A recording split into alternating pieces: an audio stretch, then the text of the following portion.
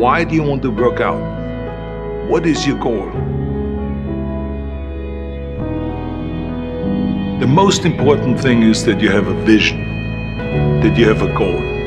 Because without that vision and without that goal, again, you're drifting around and you're never going to end up anywhere. People don't become successful just by accident. You know, I mean, maybe the guy that found gold in California and started the gold rush, but don't count on that. That's a one in a lifetime kind of a situation. So you got to really have a specific goal. And to me, to have that vision that I want to be Mr. Universe, that I want to be the greatest bodybuilder of all time.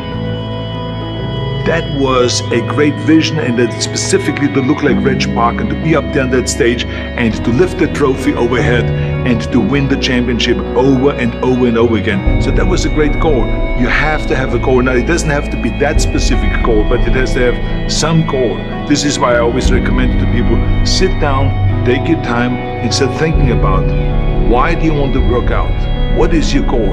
And that can be as crazy as it is. It could be, I want to impress girls. If that's your goal, so be it, but it motivates you. It could be that you're emulating a certain, bodybuilder or a certain football player, a certain boxer, whatever it is. Have those pictures put all over the wall like I did when I was a kid. I put pictures of Reg Park and of Sonny Liston, of boxers and of Ali and of powerlifters and weightlifters all over my bedroom, wall. So that every day when I go to sleep, every day when I wake up, I look at those pictures and they motivate me. You need that motivation, and then therefore you have this kind of imprint in front of you all the time, and you know exactly what you're chasing.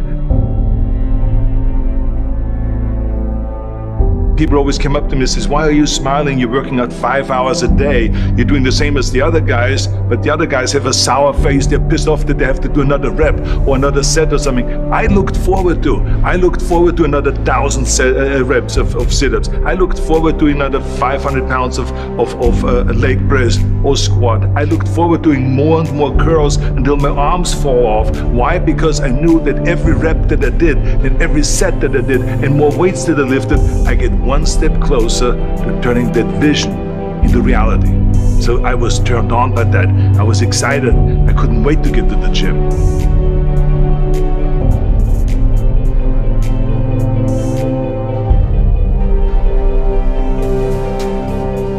I remember that when I weighed 245 pounds, and Bob Raferson, the director of Stay Hungry, said to me that I'm interested in having you come in for a reading and work on your acting and all this, because I'm interested in having you in a movie to star with Jeff Bridges and with Sally Fields. I was delighted about that, and I was excited, and I started pumping up more and more. And then he said, but I don't want you to weigh more than 210 pounds. You want me to be in a movie, but I'm weighing 245, 246. I say, I just won the Olympia, I say, which was 1974, and I was really at my biggest. And but he demanded that, and he says, look, it's very simple. On the day we start shooting, he says, I'm gonna put you on a scale, and if you don't make the 210, you're out, because I have someone else in mind. And I worked on it. I started visualizing myself very clearly as a lean athlete, because that's the only way I could lose that weight and all of a sudden get interested in running more, because up until that point I ran like 3 miles after training or before training or whatever, but now all of a sudden it was 5 miles, 6 miles, 7 miles, 8 miles, and they even ran mini marathons in order to lose the weight, and I did everything with high reps, and I was watching my diet, what I eat and all those kind of things. And but the day before, I remember we were in Birmingham, Alabama. The day before I was at the YMCA with Bob Raferson. He was swimming and I was working out, and I was running. There was a track there and I was running. He says, let's step on the scale. And I stepped on the scale and I weighed 209. So it just shows to you what is possible if you visualize exactly what you want to look like.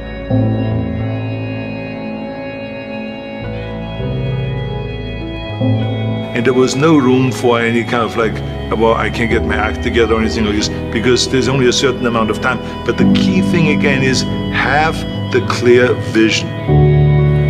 have the specific goal of what you want to accomplish, because then you never go to the gym and you say, the day I feel down a little bit, I don't know what it is all about, I don't know my life, I'm confused. No, I tell you that I was a perfect example of someone that was not confident at all.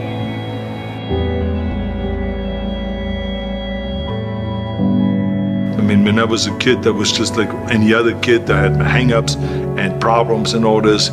But when I joined the weightlifting club and I won my first little trophy because I did the best clean and jerk, and then we went to another meet and I won another little trophy, I started feeling like somebody.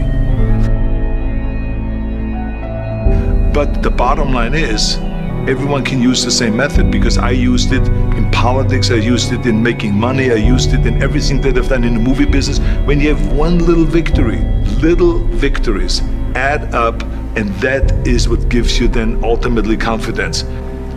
Well, for me, the most important thing always to have a deadline. So when I, for instance, had a competition, and let's say the competition was in the middle of September, and it was now beginning of summer, so there was no more time to screw around. So there was the time now to get going on a diet, to get going with the training, to not slack off at all, because there was a deadline there. The day of the competition, I had to be in the best shape possible. And I knew that if I come to the competition and I lose because I did not schedule my training the proper way, or I didn't have the right frame of mind, or I didn't give everything, literally worked my butt off, I would be just so angry. So I never wanted to be in that situation. So this is why it was very important to pick that time and to say, this is when I have to be in top shape, and then I work towards that. But it's not just with the competition. I mean, they're always the same in the movie business. I mean, to me, it was always a big advantage when I said, okay, my movie starts on April 1, and I have now 3 months, so I have to get really in great shape. So you pick those times. It could also be that you have no movie and you have no Mr. Olympia or no Mr. America, no Mr. Universe coming up or any of those things. But you say to yourself, the summer starts in June. I'm gonna go to the beach in June, and at that time I want to be in great shape. So that creates an urgency that makes you really start training hard and taking it seriously. Because if you don't have a specific plan, then you wander around. I mean, you can have, as I've told you many times, the best ship or the best plane in the world, but if you don't have a specific goal where you want to go and when you want to get there, you just drift around and you never get anywhere. So this is why it is so important to create that urgency and have a specific time when you want to be in shape. Well, I mean, look, everyone has a problem with time, but the day has 24 hours and we sleep 6. Now, I know there's some out there that say, whoa, I need 8. Well, I say just sleep a little faster, because the bottom line is we have 6 hours of sleep, 24 hours are available, so you have 18 hours now available to your work, your family, your hobbies, and also to learn something new or to do something new, which could easily be that you want to learn a new language, or that you want to read as a New Year's resolution, I have to read a book every week, or you say, I'm gonna go and reshape my body. So you're gonna go and take this hour out of your schedule and say, I'm gonna train an hour every day. So this is for most people a huge challenge, but it is totally doable, I can tell them, because the kind of things that I did when I came to this country, I mean, I went to school, I was working in construction, I was working out my 5 hours a day, I was taking acting classes from 8 o'clock at night to 12 midnight, I was doing all of those things. I wanted to make sure that out of the 24 hours of the day, that I don't waste one single hour. Those hours were too precious. And so there I just want to tell people, don't give me this thing, I have a difficult time with the time and I don't have time for this and I don't have that. You have time, you make the time.